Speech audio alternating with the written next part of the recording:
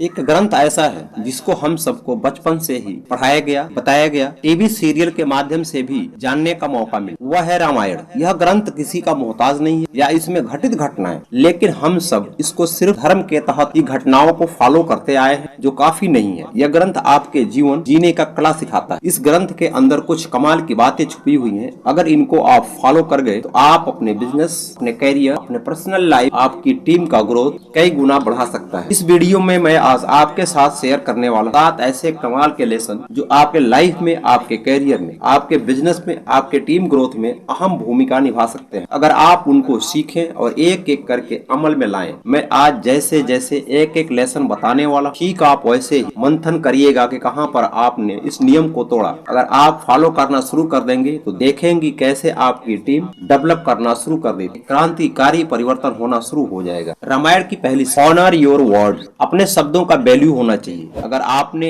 एक बार कुछ कह दिया फिर उसे लिखने की, रिकॉर्ड करने की जरूरी नहीं। अगर आपने कह दिया कुछ करेंगे तो आप करेंगे तो करेंगे, एकदम अटूट रहना होगा। क्योंकि रामायण की शुरू में ही एक दोहा कहा गया, रघुकुल रीति सदा चली आई, प्राण जाए पर वचन न जाए। यह बात इतनी गहरी है कि एक बार आपको भी समझना चाहिए। अगर आप सेल्स में हैं या डायरेक्ट सेलिंग में हैं या आप फील्ड वर्कर या आप किसी भी बिजनेस में हैं, हमारे बिजनेस की, हमारे परिवार की और दुनिया के हर रिलेशन की एक ही बुनियाद है, वो है ट्रस्ट, विश्वास। और विश्वास कहीं भी खैरात में नहीं मिला करता। अगर आप किसी का विश्वास जीतना चाहते हैं तो उसका पहला शर्त है ऑनर योर वर्ड। आपने कुछ कह दिया तो उसका पालन करेंगे और मानेंगे, चाहे कुछ भी हो जाए। यहाँ तक रामायण में कहा गया, प्राण जाए पर वचन न जाए। अगर जान देकर भी अपने वचन को पूरा करना पड़े तो आपको अपने वचन को पूरा करना। राजा दशरथ ने रानी कैकेयी को 2 वचन दिए, जो चाहे मांगिएगा और मैं आपको दे दूंगा। रानी कैकेयी ने कहा, मैं सही समय आने पर मांग लूंगी। उन 2 वचन मांग ली कब? जब पूरे अयोध्या में जश्न का माहौल था, पूरे अयोध्या को दुल्हन की तरह सजाया जा रहा था, जश्न का माहौल, राम का राज्याभिषेक होने वाला था, तैयारी जोरों पर थी। रानी कैकेयी ने राजा दशरथ से क्या मांग लिया? राम को 14 वर्ष का वनवास, उनके बेटे भरत को अयोध्या का राज सिंहासन। इन दोनों वचनों को पूरा करना बहुत कठिन था, चूंकि राजा दशरथ ने शब्द दिए थे। उन्हें अपने शब्दों का निर्वहन करना, चाहे तकलीफ हो चाहे पीड़ा के साथ ही सही, लेकिन अपने उन दोनों वचनों को,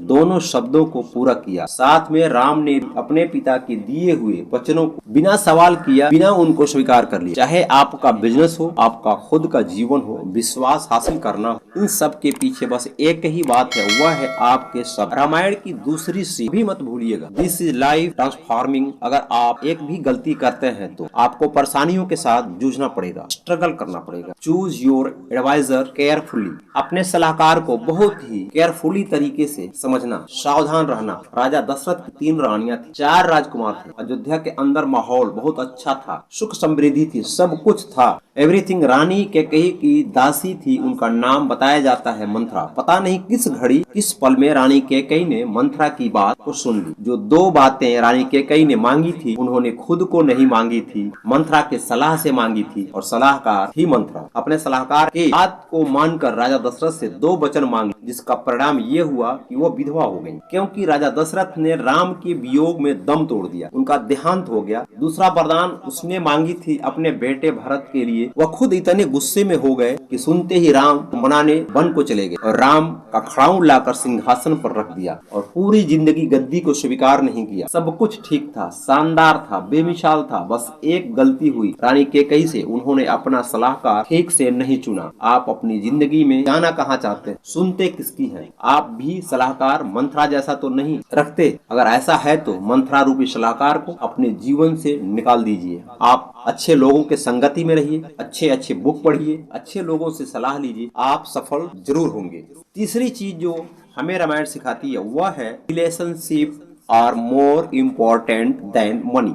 आप कल्पना करिए, रामचंद्र जी की राज्याभिषेक की तैयारी चल रही है, सबको मालूम है कि अयोध्या का राजा कौन होने वाला है, सारी तैयारियां चल रही हैं, उल्लास का माहौल है, प्रजा बहुत खुश है, पूरा राजघराना बहुत खुश, अगल बगल के रियासत बहुत खुश। तभी राजा दशरथ बोलते हैं, आपको 14 वर्ष का वनवास जाना है। उनका राजपाट, ऐशो आराम 1 सेकंड में छिन जाता है। उनकी पत्नी बोलती है, अगर आप जंगल में जाएंगे तो मैं भी चलूंगी। फिर उनके छोटे भाई लक्ष्मण बोलते हैं, मैं भी आपके साथ चलूंगा, मुझे इस ऐशो आराम की जरूरत नहीं। उनका राजपाट एक सेकंड में चला गया, धन दौलत एक सेकंड में चला गया, उनका सब कुछ चला गया, लेकिन उनके साथ रहा कौन? उनके रिलेशन, उनके लोग। भरत उनके साथ नहीं गए क्योंकि उनको मालूम नहीं था राम का वनवास हो चुका है। भरत सुनते ही जंगल को जाते हैं, राम को मना कर देने पर उनके खड़ाओं को लाते हैं और गद्दी पर रख कर अयोध्या का सिंहासन राम के खड़ाओं के सहारे संभाला।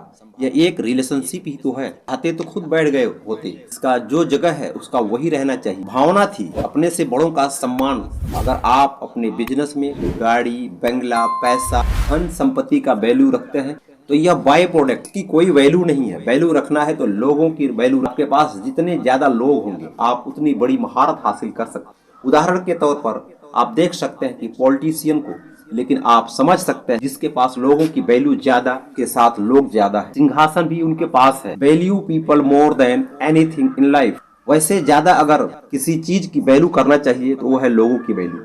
आप लोगों को सम्मान दीजिए, बदले में आपको भी सम्मान मिलेगा। रामायण की चौथी, आपके जीवन में गुरु का बड़ा ही महत्व है। आपके ट्रेनिंग कौन दे रहा है? आपको सिखाने वाला कौन है? आपके जीवन में सही टीचर का होना बहुत ही important. A right coach and right mentor is very important. हम सबके पास एक बेमिसाल असीमित शक्तियां हैं। जो हमारे स्कूल में टीचर मिले जो हमें पहचाना, कॉलेज में हमें प्रोफेसर मिले जो हमारे पोटेंशियल को पहचाना और हमें आगे बढ़ाने में मदद किया। ऐसे ही जिंदगी के हर पल में हमें कोई ना कोई तो चाहिए जो हमें सही रास्ते की तरफ ले जा, हमें हमारे अंदर के ताकत का एहसास कराए, शायद जिसे हम भूल सा गए हैं। हनुमान में बेमिसाल ताकत, लेकिन उनको एक जामवंत की जरूरत जो उनको समय समय पर उनकी ताकत का एहसास कराने के लिए, जिस तरह से हनुमान से असाहसी कमाल के कारनामे कराने के लिए जामवंत की जरूरत थी, ठीक उसी तरह हमारे जीवन में असाहसी और बेमिसाल कार्य कराने के लिए एक राइट मेंटर और सही कोच की जरूरत है। रामायण की 5वीं बात, दुनिया की कोई भी लड़ाई जीती जा सकती है अगर सेना का सेनापति सही है। आपका टीम लीडर कैसा है, आप जिस किसी भी बिजनेस में हैं, आपको रास्ता दिखाने वाला कैसा है, पर निर्भर करता है। आपके बिजनेस